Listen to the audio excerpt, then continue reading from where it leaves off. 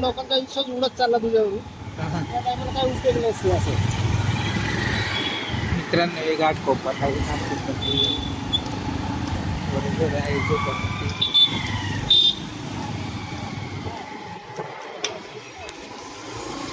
क्रमांच्या ठिकाणी पोहोचलोय.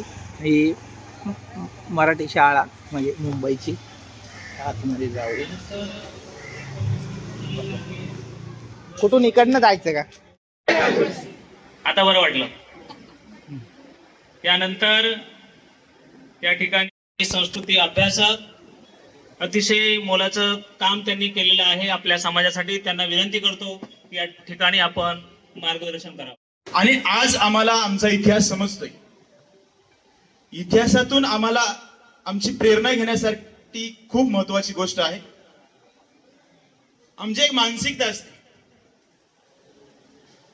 म्हणजे सर्वसाधारणपणे बा, आता मी जुन्नरावरून आलोय त्यामुळे मी मा भाषेमध्ये बोलणार आहे.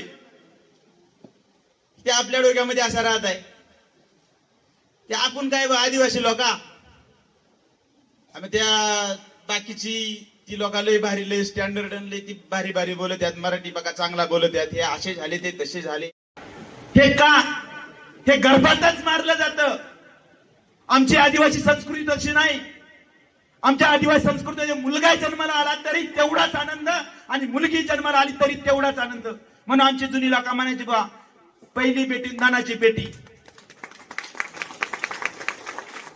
म्हणून जी आमची आदिवासी संस्कृती आहे त्या संस्कृतीमध्ये महिलांना मानाचं स्थान आहे. आणि म्हणून अगदी मागे तुम्ही इतिहासात गेला, ज्या हिंदू धर्मातील वर्ण व्यवस्थेमध्ये तुम्ही पाहिलं, त्या वर्ण व्यवस्थेमध्ये जे काही जी पद्धत होती ती अत्यंत वाईट पद्धत होती. ज्या सनातनी काळातलं जे म्हटलं गेलंय शिवाशिव अस्पृश्यता, त्या काळामध्ये त्यावेळी महिलांना काय केलं जायचं, ज्या त्यांच्या त्या ग्रंथामध्येही तसाच उल्लेख आहे. स्त्री अध्यक्ष शबरी आदिवासी प्रतिष्ठान मुलुंड यांचा सत्कार या ठिकाणी संपन्न होत आहे. आपल्या उपस्थितांचा जय आदिवासी. आपले जे कुलदैवत म्हणू आपण यांना, जे तुम्ही आज ज्या केली आहे त्या ते सर्व कुलदैवत आहेत. खरं तर शिवाजी महाराज असतील, झलकारीबाई असेल, दुर्गावती असेल, सावित्रीबाई फुले असतील, महात्मा फुले असतील, अनेक ज्ञात अज्ञात ज्या ज्या लोकांनी समाजासाठी, देशासाठी आणि एकूणच मानव जातीसाठी काम केलं आणि आपलं स्वतःचं आयुष्य त्या एकाच उद्देशासाठी अर्पण केलं, अशा सर्वच ज्ञात अज्ञात क्रांती, चांगलं काय वाईट काय याची जाण मात्र करून द्या. कारण ही परिस्थिती जर अशीच राहिली तर यापुढे समाजामध्ये तुमच्याकडे बाकीच्या समाजांची बघायची जी आपले कार्यक्रमाला आले, त्यांनी एकदम गोड भाषण केलं, क्रांतिकारकांचा इतिहास, आणि त्याच्यामध्ये म्हणजे भरपूर विषय मांडले. स्त्रीमध्ये आपल्या समाजामध्ये स्त्रीला सर्वात जास्त मान आहे. तर आपल्या कुळसायांचं पण वर्णन केलं त्यांनी त्याच्यामध्ये. सर त्याच्यामध्ये अजून एक आहे, आपल्या लोकांना म्हणतो या इटा चंडाच्या विषयी दोन एका शब्द सांगा.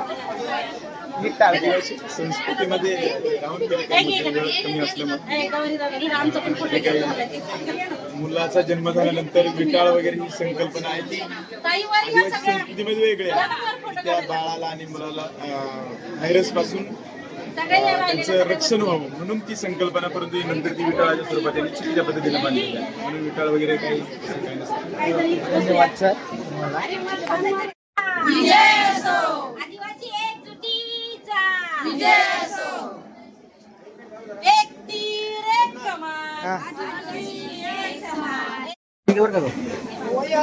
पंचवीस वर्षा पण तयार एकत्र जाऊ का पण आमच्यासोबत.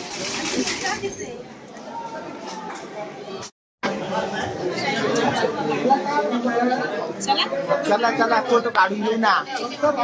आदिवासी सर्वांना आजी आणि DNA वरती. ओ ताजी मोळ माहिती का तुम्हाला?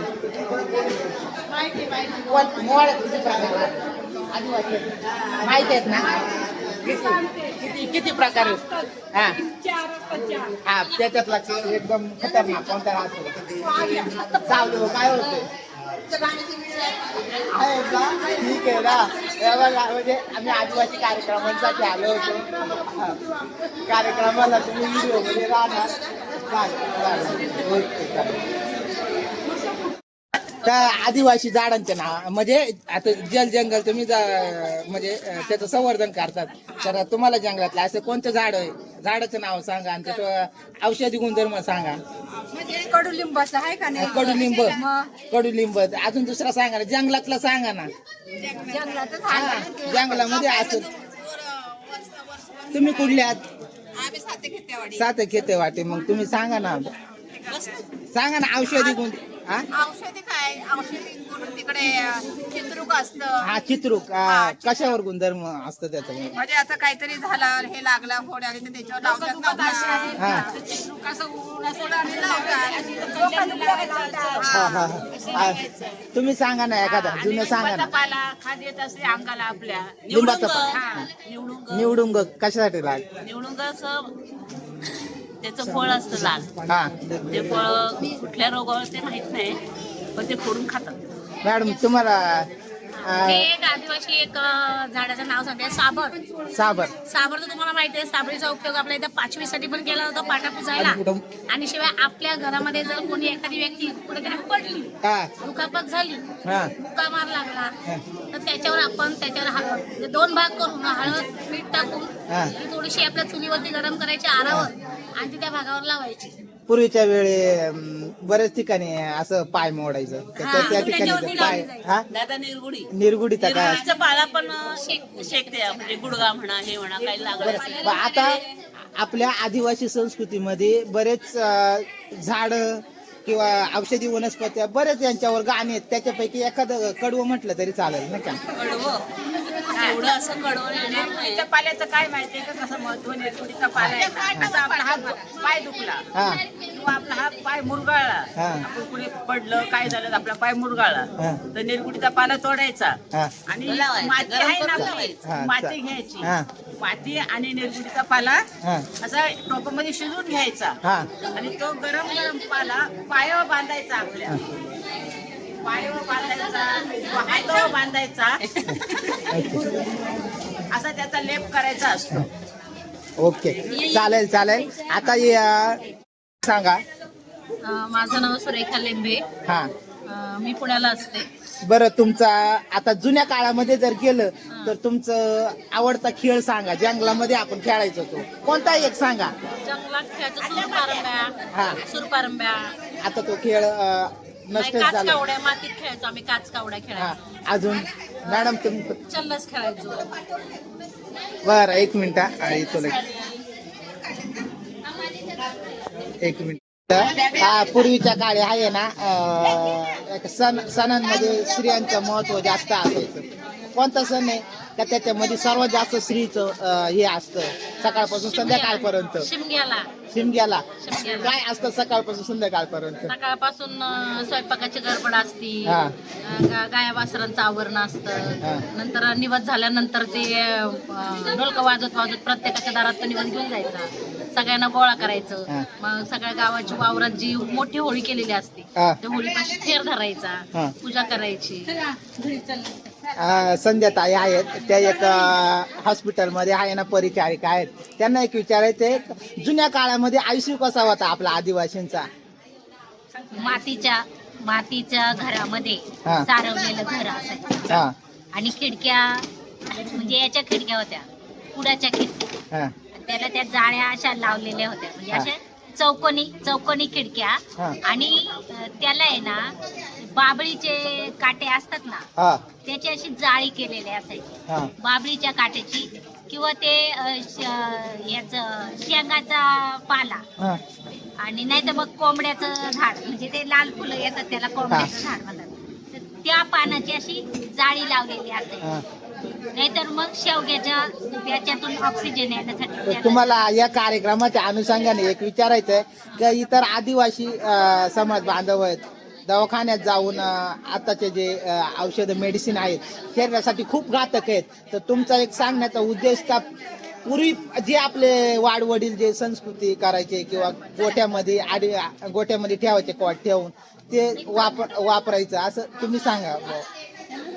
म्हणजे माझं काय म्हणणं आहे, आत्ताच्या याच्यानुसार केमिकलचा जास्त वापर होतो. त्याच्यामुळे आपली जी परंपरागत औषधी आहेत, जसं डिंक आला, बाबळीचा डिंक, लिंबाचा डिंक किंवा त्या करंजाचा डिंक, कोरपड, याच्यापासून जे औषधं तयार होतात ते घ्यायला पाहिजे. बेहडा, हिरडा, बिबा, जखमेत बिबा भरतात, पण तो फक्त त्या जागीच भरायचा असतोय. जास्त लांब भरला तर तो उभारला पण जातो, म्हणजे आपल्या शरीरानुसार तो भरायचा असतोय. आणि शेक घ्यायचा बाबळीच्या काट्याचा, नाही तर मग आपलं विस्तवाचा, नाही तर आपलं हे मुरुड शेंगाचं पोटासाठी चांगला असतो, बाळहिरडा चांगला असतो, एखंड चांगला असतं. सर्दीच्या दिवसामध्ये, या थंडीच्या दिवसामध्ये एखंड वापरतात. चालेल. धन्यवाद ताई. वर्ग आहे आता दादा, आता हा जो आजचा कार्यक्रम झाला खूप छान आहे आणि तुम्ही आदिवासी म्हणून मला गर्व आहे, तुम्ही खूप धडपड केली. पण आजच्या कार्यक्रमाच्या अनुषंगाने तुम्ही काय सांगाल का पूर्वीचे जे आपले वाडवडील होते ते कोणता खेळ खेळायचे?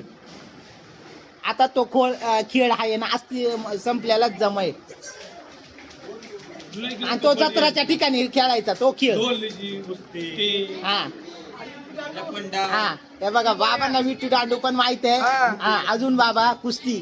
मित्रांनो, आजचा म्हणजे तरुण वर्ग आहे तो सगळा दुसरी म्हणजे क्रिकेट वगैरे सारखे खेळ खेळतो, पण कुस्ती सारखा हा आहे ना, हा रिंगोऱ्या झाला, कुस्ती झाला, हा खेळ आता संपल्यातच जमय.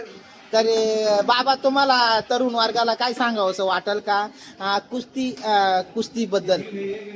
सर्व आता ऍक्च्युली बोलायचं झालं तर आजची ही नवीन पिढी सर्व व्यसनाधीन झाली असं मला वाटतं. त्यामुळे त्याला आम्ही एक संदेश देऊ शकतो, आमच्या एका माणसाने जरी घेतली तर चालेल. या लोकांनी व्यायाम करायला पाहिजे, शरीर समाजाला संस्कृती आपण जपली पाहिजे. कबड्डी देखील खेळा. चालेल मित्रांनो, बाबांनी सांगितल्याप्रमाणे आहे ना, तुम्ही व्यायामाकडे लक्ष दिलं पाहिजे, आपल्या आरोग्याकडे लक्ष दिलं. मुंबई सारख्या ठिकाणी आहे ना खूप धाकधुकीचं जेवण आहे. आपण जरी बाहेर गेलो तरी आपण वडापाव खातो, सँडविच खातो. हे खाण्यापेक्षा तुम्ही आपल्या घरून केलेली चपाती किंवा बाजरीची भाकर, ते काही नाचणीची भाकर ती खाल्ली तर आपल्या शरीरासाठी आधी चांगलं राहील. धन्यवाद बाबा, आजचा कार्यक्रम एकदम चांगला झाला. आणि तुमच्या पुढील कार्यक्रमासाठी सर्वांना माझ्याकडनं, सोमनाथ गावरी YouTube चॅनलकडनं सर्वांना शुभेच्छा. जय आदिवासी.